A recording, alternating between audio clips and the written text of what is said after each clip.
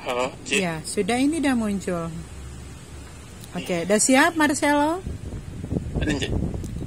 Mantap, semangat doi kalian, Kang. Karena memang susah juga, mudah-mudahan jaringan sampai kita selesai kegiatan juga aman-aman ya.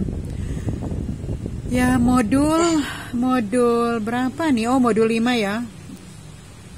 Ya, modul 5 tentang bahasa proposal penelitian dan proposal kegiatan. Kita akan melihat bagaimana penggunaan formulasi bahasa pada proposal penelitian dan proposal kegiatan. Kali ini akan disampaikan oleh Marcelo. Disilakan, Nak. Salam Merdeka Literasi, perkenalkan nama saya Marcelo Korwa. Saya dari kelas 1B4, sekarang saya akan mempresentasikan modul 5 tentang bahasa proposal penelitian dan proposal kegiatan. Yang pertama, pengantar. Proposal pada dasarnya merupakan usulan, rencana, atau tawaran, akan tetapi kini kata proposal lebih sering digunakan daripada ketiga kata yang lain itu.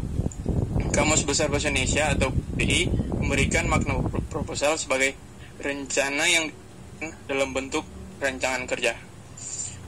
Proposal penelitian atau proposal kegiatan dinyatakan layak apabila dirancang baik dan mengikuti kelaziman yang telah disepakati dalam tradisi akademik Indonesia. Oleh karena itu, baik proposal penelitian dan proposal kegiatan haruslah didesain dengan benar berdasarkan kerangka pemikiran yang dirujuk, mulai dari penetapan permasalahan sampai dengan metode dan teknik pelaksanaannya. Untuk itu, proposal harus objektif, sistematis, dan terencana dalam mengeksplorasi masalah, serta harus diungkapkan secara akurat, berterima dalam hal gaya penyampaiannya. Yang pertama terkait dengan isi, dan yang kedua terkait dengan formulasi bahasa. Formulasi bahasa. Bahasa proposal banyak diwarnai oleh penggunaan modalitas. Kata yang setaraf dengan akan adalah ingin. Tetapi kedua kata itu mengandung perbedaan. Kata akan berorientasi kepada hal yang dituturkan, sedangkan kata ingin berorientasi kepada diri penutur. Perbedaan orientasi itu mengisyaratkan bahwa akan terkesan lebih objektif, sedangkan ingin terkesan lebih subjektif.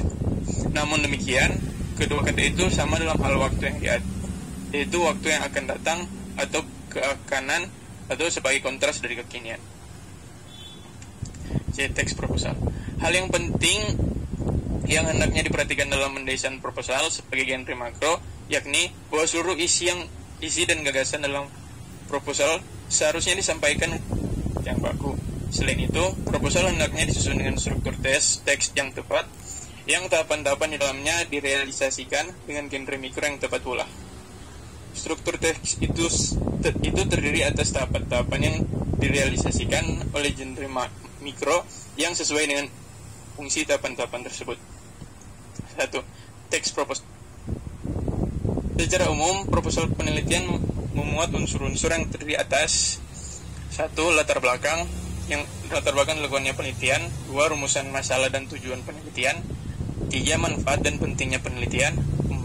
Tinjauan teoritis yang menguraikan acuan teori utama atau grand theory dan elaborasinya, serta keterkaitannya dengan berbagai hasil penelitian terdahulu.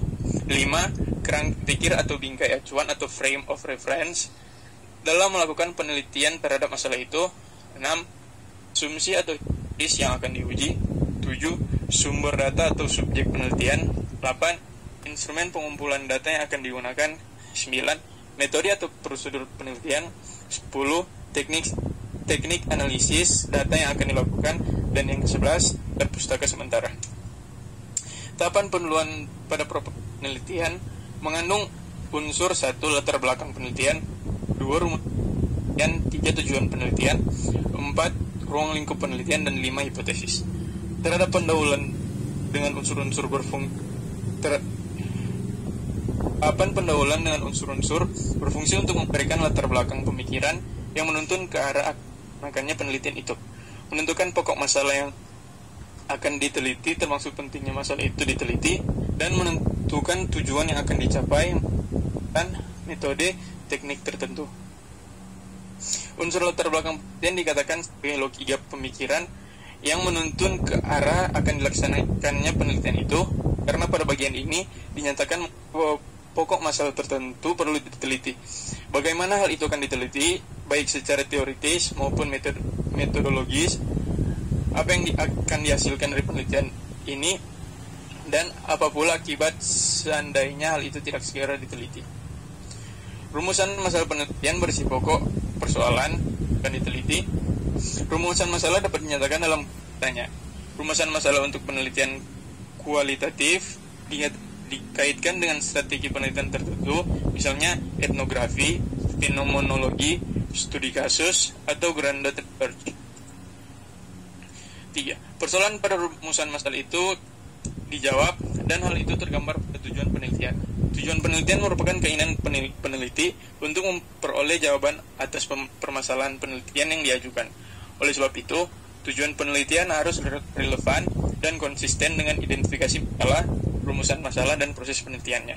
Jadi, tujuan penelitian berisi rencana jawaban terhadap pokok persoalan penelitian. Kalimat yang digunakan untuk menyatakan tujuan biasanya berbunyi, penelitian ini bertujuan untuk, atau tujuan penelitian ini adalah. Pada laporan penelitian, jawaban yang sesungguhnya ini adalah masalah ini yang diteliti disajikan pada simpulan. Proposal itu sebuah rencana, sehingga tahapan pendahuluan atau dan juga tahapan yang lain banyak diwarnai oleh penggunaan modalitas akan. Dengan demikian, formulasi bahasa yang digunakan kan bahwa sesuatu akan diteliti untuk membuktikan hal yang dinyatakan dalam hipotesis itu akan benar. Formulasi bahasa seperti itu berbeda dengan formulasi bahasa laporan penelitian. Pada laporan penelitian dinyatakan bahwa sesuatu telah diteliti dan telah terbukti bahwa sesuatu yang telah dihipotesiskan itu benar. Genre mikro yang digunakan untuk merealisasikan tahapan pendahuluan adalah dan deskripsi. Telah dinyatakan sebelumnya bahwa eksposisi ditandai oleh pernyataan gagasan awal atau tesis. Pada proposal ini, tesis yang dimaksud sama dengan hipotesis yang akan dibuktikan kebenarannya melalui penelitian yang direncanakan itu. Dengan demikian, tahapan pendahuluan mengandung ciri eksposisi. Di sisi lain, deskripsi digunakan untuk menguraikan kondisi nyata pokok persoalan yang akan diteliti, termasuk tujuan dan cara atau pendekatan, metode atau teknik yang digunakan untuk mencapai tujuan tersebut. Selain itu, deskripsi juga digunakan untuk mengidentifikasi dan mendefinisikan istilah teknis yang ada dalam proposal. Kadang-kadang dalam proposal disediakan subbab khusus, yaitu subbab definisi, istilah, dan subbab definisi operasional. Subbab yang pertama berisi penjelasan arti istilah-istilah tersebut. Adapun subbab yang kedua, yang lazimnya tidak definisi istilah, berisi pendefinisian secara operasional variabel penelitian. Untuk keperluan dan proposal penelitian, tahapan yang paling bermanfaat untuk diambil dari teks ulasan yakni tahapan tafsiran isi dan tahapan evaluasi. Kemahiran dalam menafsirkan isi dan mengevaluasi sumber-sumber yang diulas dapat menuntun untuk membuat sintesis teori yang akan diletakkan pada tahapan teori dan tinjauan pustaka pada proposal.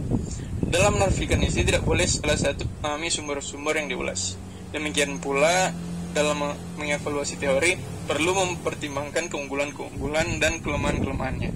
Dari sinilah perlu memilih dan menetapkan teori yang akan digunakan untuk memecahkan masalah yang akan diteliti. Struktur teks pendahuluan, genre mikro yang diharapkan, eksposisi, dan atau meliputi deskripsi, fungsi retoris, memberikan latar belakang penelitian yang dilaksanakan, permasalahan yang akan diteliti, gambaran tentang tujuan, pentingnya masalah itu diteliti, dan pendekatan atau metode atau teknik yang akan digunakan untuk mencapai tujuan tersebut. Yang kedua, landasan teori dan tinjauan pustaka.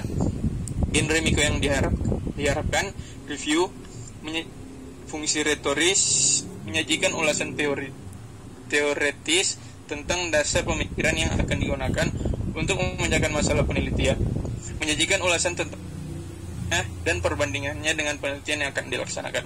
Yang ketiga, metodologi penelitian, deskripsi dan atau meliputi laporan prosedur. Fungsi retoris menyajikan pendekatan, metode, dan teknik penelitian yang akan diterapkan, termasuk langkah-langkah yang akan ditempuh. Yang kedua, teks proposal kegiatan. Proposal kegiatan yang di sini yaitu proposal yang dirancang bukan untuk penelitian, melainkan untuk kegiatan-kegiatan yang berkaitan dengan tugas-tugas akademik yang dikerjakan oleh mahasiswa. Kegiatan-kegiatan itu meliputi seminar, kongres, lokakarya, pelatihan, pengabdian, magang, dan sebagainya.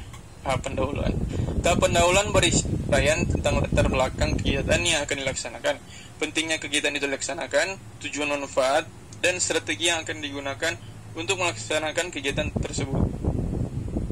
Genre mikro yang digunakan adalah eksposisi dan deskripsi. Eksposisi digunakan untuk mengajukan argumentasi bahwa kegiatan yang direncanakan pada proposal itu penting untuk dilaksanakan. Adapun deskripsi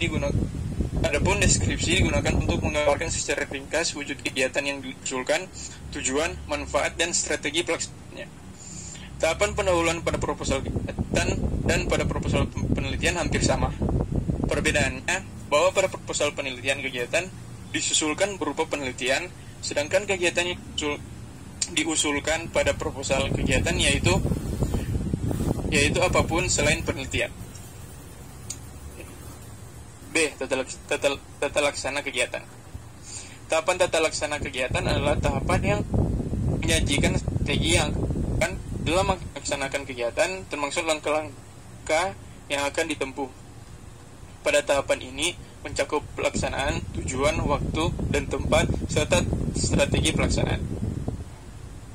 Pelaksana, waktu, dan tempat kegiatan sudah cukup jelas. Kesemuanya dinyatakan dengan genre mikro, deskripsi. Akan tetapi tujuan dan strategi pelaksanaan kegiatan perlu dibahas lebih lanjut. C. Penutup. Tahapan penutup digunakan untuk menyampaikan harapan agar setelah diusulkan proposal kegiatan itu diterima dan menghasilkan sesuatu seperti yang direncanakan. Genre mikro yang digunakan yakni deskripsi. Struktur teks dan genre mikro yang diharapkan posisi dan atau deskripsi. Fungsi retoris memberikan latar belakang kegiatan yang dilaksanakan, gambaran tentang jenis dan bentuk kegiatan, tujuan, manfaat, serta strategi yang akan digunakan untuk melaksanakan kegiatan tersebut. Tata laksana kegiatan. Genre mikro yang diharapkan, deskripsi dan atau meliputi prosedur. Fungsi retoris menyajikan strategi yang akan dilakukan dalam melaksanakan kegiatan, termasuk langkah-langkah yang akan ditempuh. Yang ketiga, penutup. Genre mikro yang diharapkan, deskripsi dan atau meliputi eksposisi. Fungsi retoris menyampaikan harapan agar proposal kegiatan itu diterima dan menghasilkan sesuatu yang direncanakan. Arti ketegangan menurut KBBI adalah keakanan dari kata dasar akan berarti waktu atau peristiwa yang akan datang. Contoh kata keakanan sebagai berikut. 1. Perusahaan Airbus akan membuat pesawat kemampuan jarak perjalanan yang lebih jauh. 2. Pembangunan proyek pembangunan gedung rumah sakit akan selesai pada tahun 2021. Terima kasih. Salam Merdeka Literasi. Terima kasih Marcelo.